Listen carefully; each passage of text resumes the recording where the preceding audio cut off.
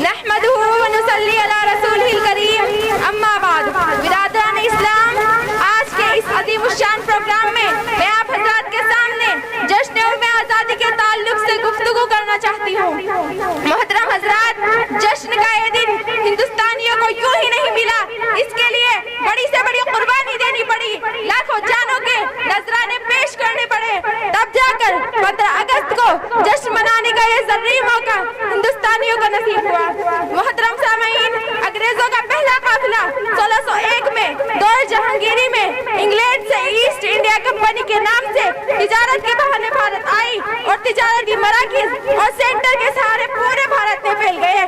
1707 میں اورنگزیب رحمۃ اللہ علیہ کی وفات کے بعد مغلیہ سلطنت کی کمزوری کا فائدہ اٹھاتے ہوئے حکومتی معاملے میں مداخلت شروع کر دی، مگر ان کے خطرناک عزائم اور منصوبے کو بھاپ کر سب سے پہلے جس مرد مجاہد نے انگریزوں سے مقابلہ کیا وہ شیر بنگال نواب سراج الدولہ تھا۔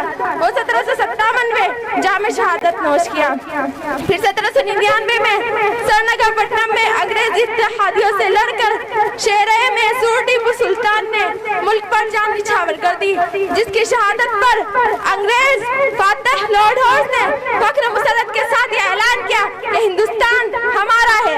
1803 میں انگریزی فوجیں دہلی میں فاتحانہ انداز میں داخل ہوئی اور بادشاہ وقت شاہ عالم ثانی سے جبراً ایک معاہدہ لکھوایا، خلق خدا کی، ملک بادشاہ سلامت کا اور حکم کمپنی بہادر کا۔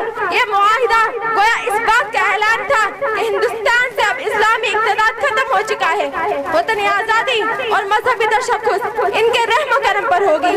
ایسے بھیانک ماحول اور پرفتن حالات میں شاہ ولی اللہ محدث دہلوی کے بیٹے شاہ عبدالعزیز نے پوری جرأت کے ساتھ فتویٰ جاری کیا کہ ہندوستان دارالحرب ہے، یعنی اب غلام ہو چکا ہے، لہٰذا بلا تفریق مذہب ملت ہر ہندوستانی پر انگریزی تسلط کے خلاف جہاد فرض ہے۔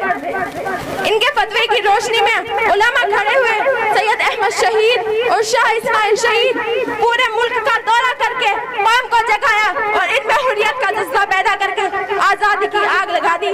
1831 کو والا کوٹ کی پہاڑی پر انگریز اتحادیوں سے لڑ کر جام شہادت نوش کیا۔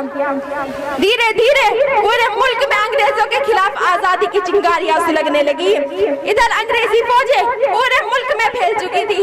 انگریزوں نے ہندوستان سے بیداری سرگرمی ختم کرنے کے لیے بے شمار عیسائی مبلغین کو بھی میدان میں اتارا تھا، جو جگہ جگہ تقریریں کرتے اور عیسائیت کا پرچار کرتے۔ اسی دوران یہ خبر گشت کرنے لگی کہ انگریزی حکومت نے ہندو مسلم کا مذہب خراب کرنے کے لیے آٹے میں گائے اور خنزیر کی ہڈیوں کا بارودہ ملا دیا، کنویں میں گائے اور خنزیر کا گوشت ڈلوا دیا۔ ان واقعات نے ہندوستانیوں کے دلوں میں نفرت کی ایک ایسی آگ لگا دی جس کی وجہ سے انگریزی فوج میں ملازمت کر رہے ہندو مسلم سب انگریزوں کے خلاف بغاوت کرتے ہوئے دہلی کا رخ کیا اور پورے عزم حوصلے کے ساتھ مغلیہ سلطنت کا دفاع کرتے رہے، مگر انگریزوں کی منظم فوج کے سامنے آزادی کی یہ جنگ بھی ناکام ہو گئی اور 20 سپٹمبر 1857 کو انگریزوں نے لال قلعے پر باقاعدہ قبضہ کر لیا۔ نیز مغلیہ سلطنت کے آخری بادشاہ بہادر شاہ ظفر کو رنگون برما ضلع وطن کر دیا گیا۔ 1857 میں ہی شاملی کے میدان میں مرشد علماء حاجی امداد اللہ مکی کی قیادت میں بانی دارالعلوم دیوبند مولانا قاسم نانوتوی، مولانا رشید احمد گنگوہی، حافظ ضامن شہید وغیرہ نے انگریزوں سے مردانہ وار مقابلہ کیا۔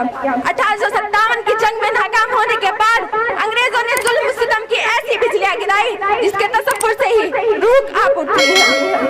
دہلی سے لاہور تک کوئی درخت ایسا نہ تھا جس پر علماء کی لاشیں لٹکی ہوئی نہیں تھی۔ 40,000 سے زائد علماء کو پھانسی کے پھندے پر لٹکا دیا گیا۔ 30 مئی 1866 کو مولانا قاسم نانوتوی اور ان کے ساتھیوں نے دیوبند میں ایک مدرسے کی بنیاد ڈالی جو آگے چل کر دارالعلوم دیوبند کے نام سے پورے عالم میں مشہور ہوا۔ 1878 میں اسی درسگاہ کا ایک فرزند محمود حسن دیوبندی جو آگے چل کر